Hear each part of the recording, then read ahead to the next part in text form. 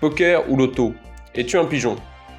Bonjour, bienvenue sur la chaîne Hygiène Financière et aujourd'hui je souhaitais vous proposer une petite réflexion sur les jeux et sur ce qu'ils disent de nous, puisqu'en général les habitudes des gens reflètent très souvent leur essence profonde, leur vision de la vie, du monde, etc.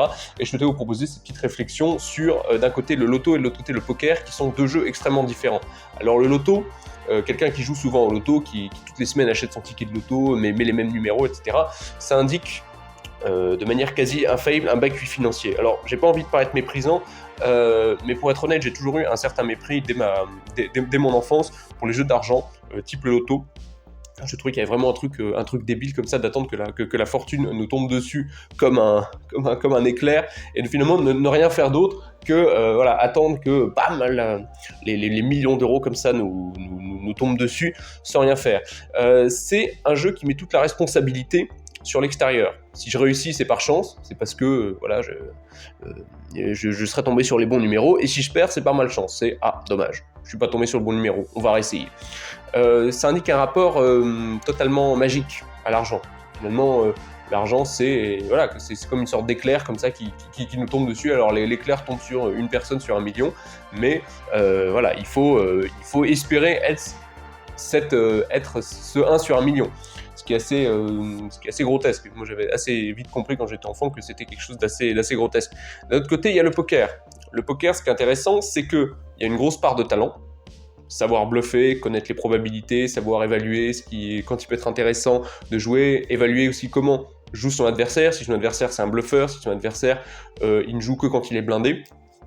Et il y a aussi une petite part de chance, c'est-à-dire qu'effectivement, il y a les cartes qu'on pioche auront une influence sur notre jeu. Évidemment, quelqu'un qui n'a que des jeux pourris, il peut bien jouer, ça peut être un bon bluffeur, etc., mais il aura toujours plus de difficultés que quelqu'un qui a le même niveau, mais qui tombe sur de meilleures cartes. Mais donc il y a quand même ce petit rapport à la chance qui pousse à l'optimisme, puisque toute décision implique un risque, mais ça implique quand même une grande part de talent. Il y a 90% de talent et 10% de chance pour les gens vraiment bons. Comme dit Jeanne d'Arc, c'est les hommes combattent et Dieu qui donne la victoire. Et ce qui oppose ces jeux, c'est que d'un côté, il y a le loto, qui est un jeu qui repose totalement sur le hasard et pas du tout sur les compétences. Et d'un autre côté, c'est un jeu qui repose majoritairement sur les compétences et un peu sur le hasard. Et moi, ce que je peux vous inviter à faire si vous jouez au loto, c'est premièrement, si je vous ai blessé, je m'en excuse, mais c'est de cesser totalement les jeux d'argent qui reposent sur le hasard. Puisque c'est une habitude financière toxique, déjà un retour sur investissement nul, et comment on peut le savoir, c'est parce que sinon ça n'existerait pas. Si les mecs qui organisaient le loto perdaient de l'argent, ils ne le feraient pas. Donc c'est que globalement, il y a plus de gens qui se font pigeonner que de gens qui réussissent à tirer de l'argent. Et surtout, ça habitue notre esprit à la paresse et à l'attentisme. C'est finalement, on se met dans un coin et on prie que la richesse nous tombe dessus sans rien faire. Et une richesse dont de toute manière, on ne serait même pas capable de bien l'utiliser, puisque les études montrent que la plupart des gens qui gagnent au loto, qui gagnent d'un coup, bam, des millions, 1 an, 2 ans, 3 ans après, ils sont pas plus heureux qu'avant, et parfois même, ils sont plus malheureux qu'avant.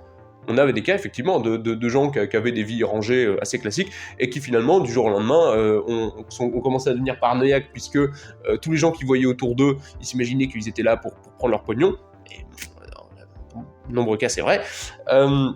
Donc ils ont perdu leurs amis, ils sont peut-être brouillés avec leurs femmes, ou ils sont tombés dans les filets de gens qui leur ont piqué tout leur argent.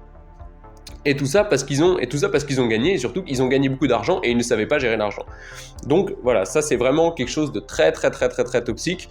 Donc ce que je peux vous inviter à faire avec cette vidéo, c'est de cesser totalement les jeux d'argent hasardeux, comme le loto. Par contre, effectivement, il peut être intéressant si vous avez les nerfs. Moi je sais que c'est pas du tout quelque chose que j'aime, les jeux d'argent, mais des jeux d'argent qui reposent sur le talent. Par exemple, le poker. Le poker, c'est intéressant puisque un bon joueur de poker, il existe des bons joueurs de poker, mais il n'existe pas de bons joueurs de loto. Il n'y a pas besoin de talent pour jouer au loto. Par contre, il y a besoin de talent pour jouer au poker. Donc voilà, c'est ça ce que je peux vous inviter à voir. Et surtout, ce qui est intéressant, c'est de voir ce qui, dans nos habitudes, et dans les habitudes des gens qui nous entourent, ce que reflètent ces habitudes. Puisque une habitude est toujours le reflet de quelque chose de spirituel et de quelque chose de plus profond dans l'âme. Donc voilà, j'espère que cette vidéo vous aura plu et que ces petites réflexions vous auront intéressé. Je vous souhaite une très bonne journée et je vous dis à bientôt pour de nouvelles vidéos sur la chaîne Hygiène Financière. Et n'hésitez pas à partager votre expérience dans les commentaires. Voilà, je vous souhaite une bonne journée. Au revoir.